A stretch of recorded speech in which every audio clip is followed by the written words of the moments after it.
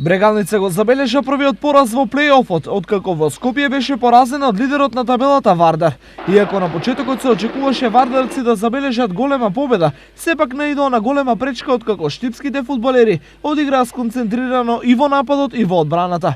На првиот гол се чекаше се до 44-та минута, кога Асани му донесе водство на Вардар. Една минута подоцна Танушев ја врати Брегалница во игра.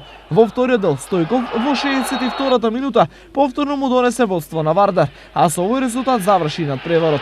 Еве ги останатите резултати. Шкендија Работнички 3:1, Силекс Шкупи 1:0 и Вардар Брегалница, како што кажавме, 2:1. Додека во плејаутот Реново Металург Скопје 3:1, Турново Царев двор 2:0. Еве и табелата во плејофот. Вардар е прв со 68, потоа следуваат Шкендија со 66, Силекс 43, Шкупи 38, Работнички 36 и Брегалница е на 6-то место со 33 освоени бодови.